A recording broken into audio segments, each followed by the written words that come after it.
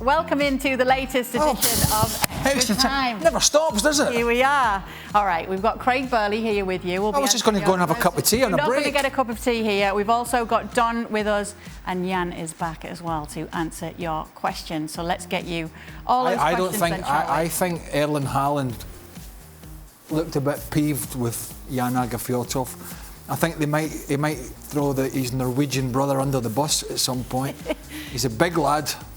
I think we should give Jan the challenge this season to get at least one player from one of the chasing pack to say that they are going for the title. That's what we'll get his... And preferably before the last game of the season. That's the challenge we'll make. All right, let's start with the first question. It comes from Volvo.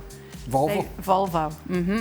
Says, which team surprised you most with their performance today? Well, I didn't see every game. I watched the United, Chelsea and Liverpool games and Real Madrid. I would say Palace, because it was so bad. I mean, I at least thought they were going to offer something a bit more. Leeds didn't really surprise me because they didn't learn their lessons and they were always going to go and play that way. So I would say, it's not very exciting, but Palace. Well, it can be good or bad. What do you say, Don? Which team surprised you most with their performance today? Watford, I think. I think Watford beaten Villa 3-2. That was a surprise. Brentford won on Friday night, and I've tipped all three teams that come up to go back down. So I've got off to a bad start there because I thought Villa would have been strong. I thought their signings were really good. Give them time, Don. Give them time.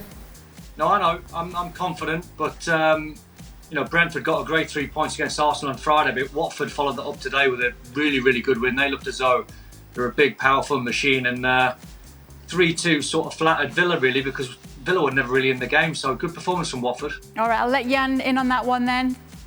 Surprise of the day for you? Not a surprise, but if I could stay in Germany, I would say Stuttgart winning 5-1 at home without the best striker, the Austrian striker. I think that was a surprising thing. And then I was a bit disappointed of Eintracht Frankfurt on the weak point. Although it was not very...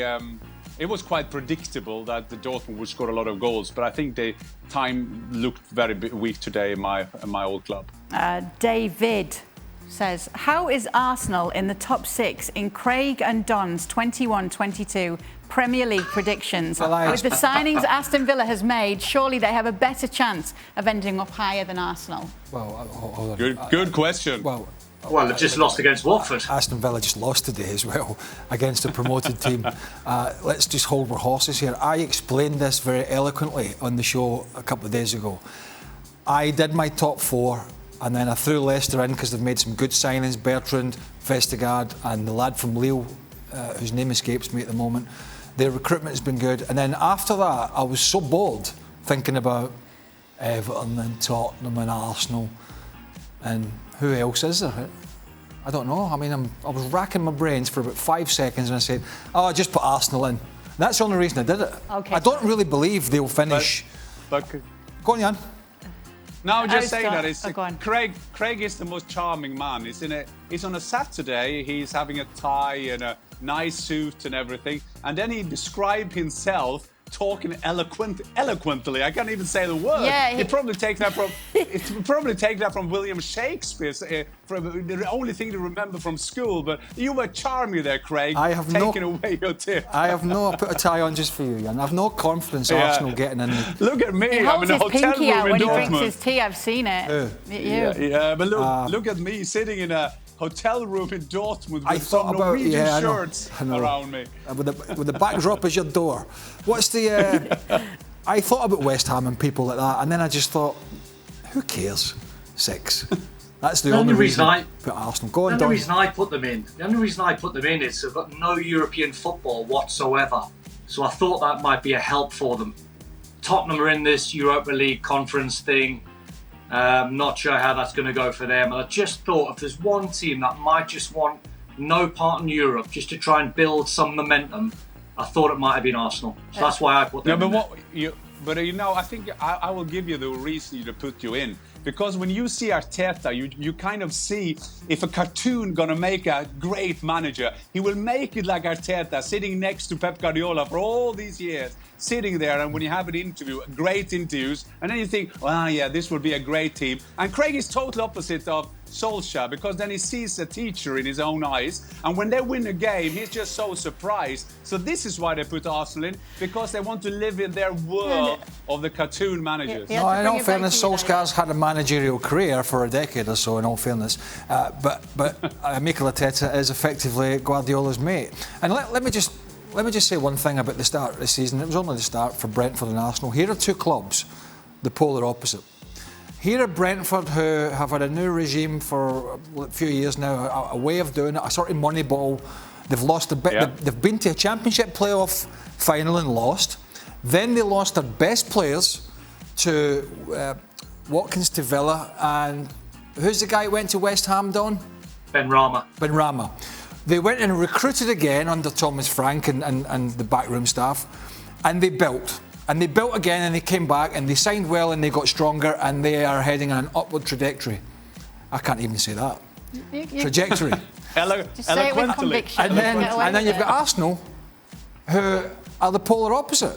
They've gone from years and years of recruiting badly and giving inflated wages to average players at that level, and here we have a complete opposite of two clubs. One going in that direction, and one that's been going in that direction for a heck of a long time.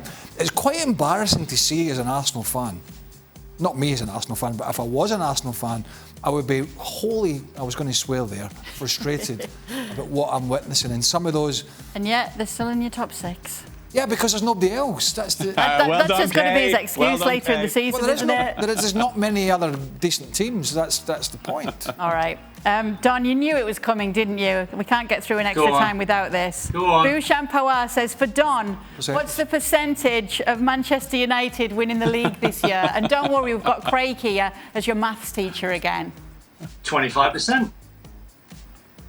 Are you all right with that? 25%? Well, I presume if Don thinks there's four teams... Well, hold on, let me just... Exactly. If you think there's four teams can win the league, right? Yeah, you know what's coming, don't you? Man City... Yeah, I know. Man City, Liverpool, Chelsea and United, you're giving them an equal chance. Yeah, because they're on match day one, yeah. We're on match day one, so 25%. As it stands, they're top of the league. Don, I love you at top of the Sheffield United. league. I love you even more now that you make four teams in the top four, and you take Manchester United and all the three others to give them 25% chance each. I love you, Don. All right. Nora Lai says, Jan, why does Odegaard want to leave Real Madrid, especially considering Modric's contract is up next summer and he could be his replacement in Madrid's starting 11? Because Ancelotti doesn't see him in his first 11.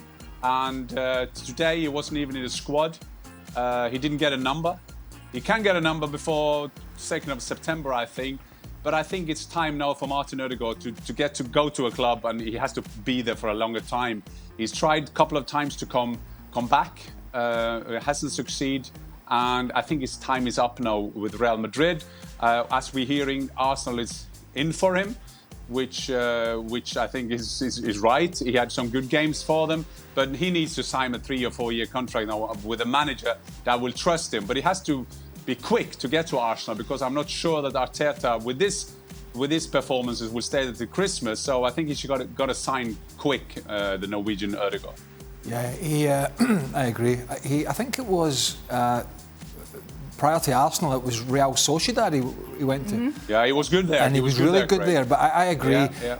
I think Real Madrid's a very difficult ceiling for a lot of players, and I don't think he's going to reach that long term there. In fact, I'm almost positive. So I totally agree with Jan. He needs to cut out these loan spells now and get something permanent where he goes and he becomes a fixture in a particular team, and then he can maybe take his career from there. But yeah, it's not going to be Real Madrid, and if I was him and his management, I would be saying, listen, let's forget all these sort of 6-month loan spells or 12-month loans, and let's just get a move, couple of ties with Real Madrid and rebuild that career. Yeah, move on. I should have been an agent, shouldn't I? You could be an agent and a maths teacher as well. Well, it's not difficult teaching Don maths. Anyway, it's a short day, isn't it? It's a very short day. That is very difficult, Craig. Questions. Very difficult.